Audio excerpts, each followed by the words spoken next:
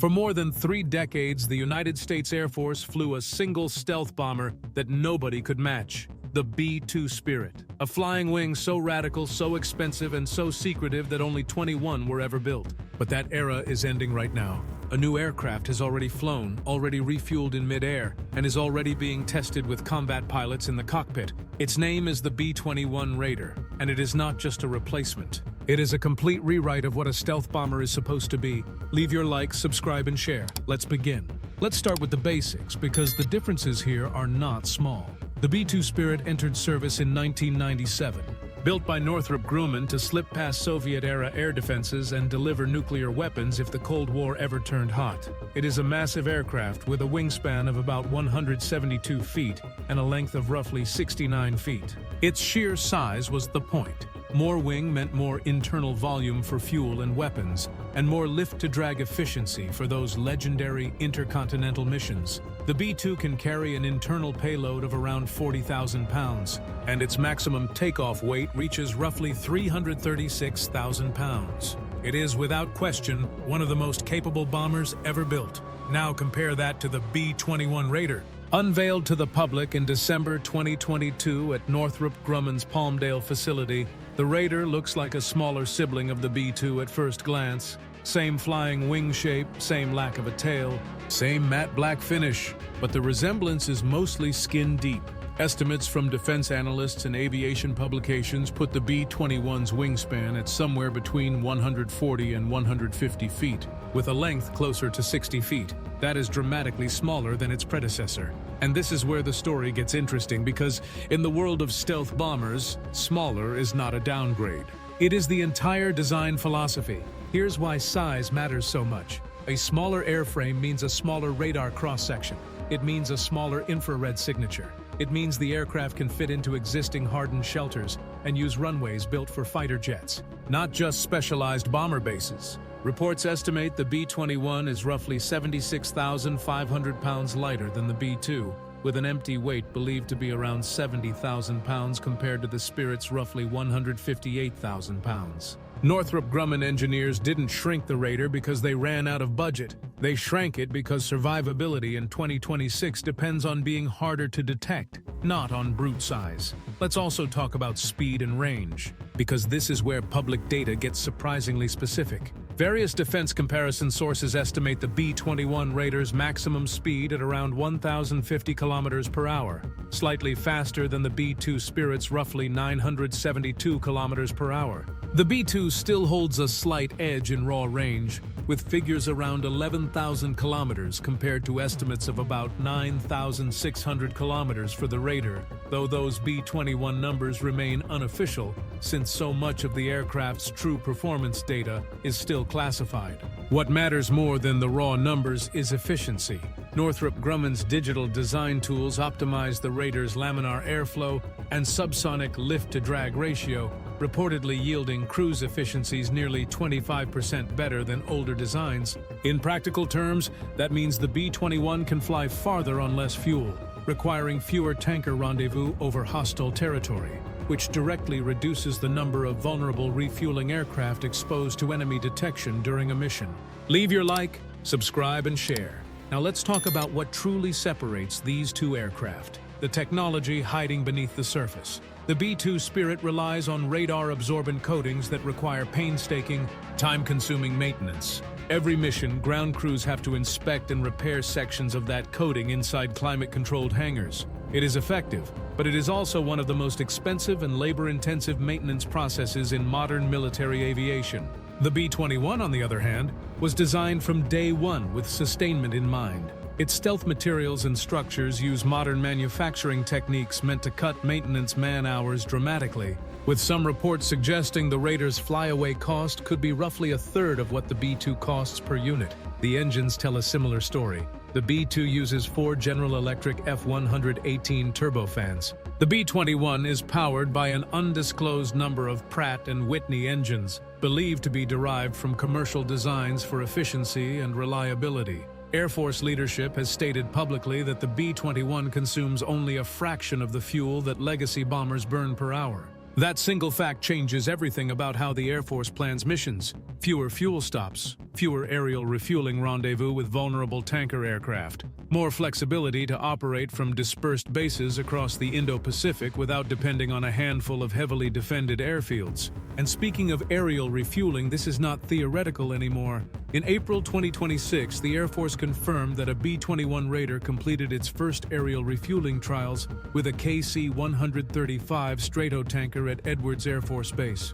General S.L. Davis, commander of Air Force Global Strike Command, tied that milestone directly to what he called penetrating long-range strike anywhere in the world. This was not a publicity stunt. It was a critical step proving the Raider can sustain the kind of intercontinental missions the B-2 made famous. Missions like the 1999 Kosovo campaign, where B-2 crews flew non-stop from Whiteman Air Force Base in Missouri to targets in the Balkans and back, sorties lasting more than 30 hours. Now here's something most people don't realize about how fast this program is actually moving. The B-21 made its first flight on November 10, 2013, from Air Force Plant 42 in Palmdale, California. By September 2025, a second Raider joined the flight test program at Edwards Air Force Base. And in June 2026, the Air Force achieved something that has never happened this early in any major American aircraft program. They put an operational test pilot in the cockpit alongside a developmental test pilot, flying together at the same time.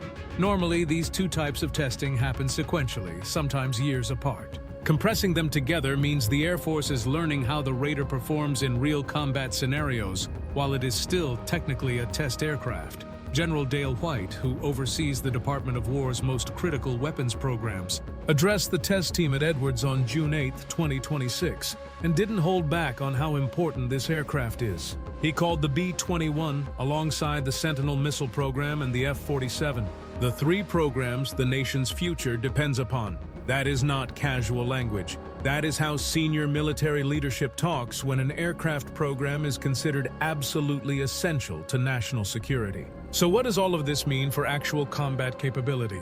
The B-2 Spirit can carry a diverse mix of conventional and nuclear weapons, including the B-6112 guided nuclear bomb and a wide range of precision-guided conventional munitions, with an internal payload of around 40,000 pounds. The B-21's payload is expected to be smaller, with some estimates suggesting around 20,000 pounds. That sounds like a downgrade on paper. But the Raider isn't designed to replace the B-21 for one. It is designed to be part of a larger, more sustainable fleet. The Air Force's stated minimum objective is at least 100 B-21 Raiders, with some strategic studies suggesting the real number needed to deter both China and Russia simultaneously could range between 145 and 200 aircraft. Compare that to just 21 B-2 Spirits ever built, and you start to understand the bigger picture. This isn't about one aircraft being stronger than another. It's about the Air Force shifting from a tiny fleet of ultra-expensive, ultra-precious bombers to a larger, more flexible force that can actually sustain a prolonged conflict. There's also the matter of how these aircraft connect to everything else in the battle space. The B-21 is being built around an open systems architecture, meaning its software and mission systems can be updated rapidly as new threats emerge without the years-long redesign cycles that plagued older aircraft. It is also expected to plug directly into the Air Force's Joint All-Domain Command and Control concept,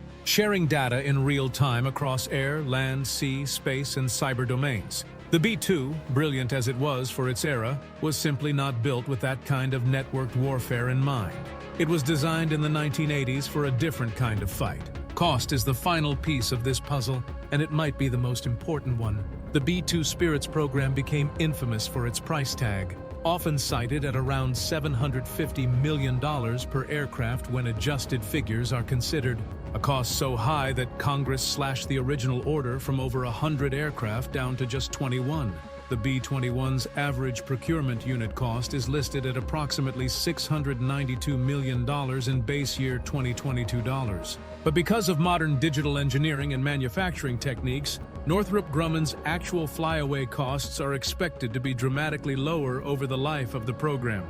In February 2026, the Air Force and Northrop Grumman agreed to apply $4.5 billion in funding specifically to increase B-21 production capacity by 25%. That is the kind of investment that signals long-term confidence, not a program in trouble.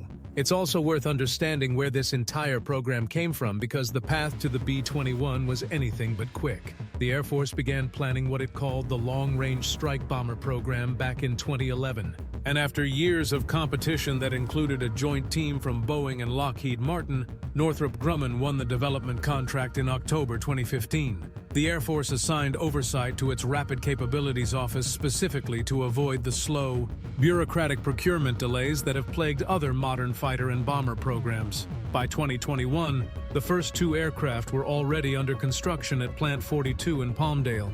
The name Raider was announced in September 2016, chosen to honor the Doolittle Raiders of World War II, the legendary airmen who launched a daring bombing mission against Japan in 1942.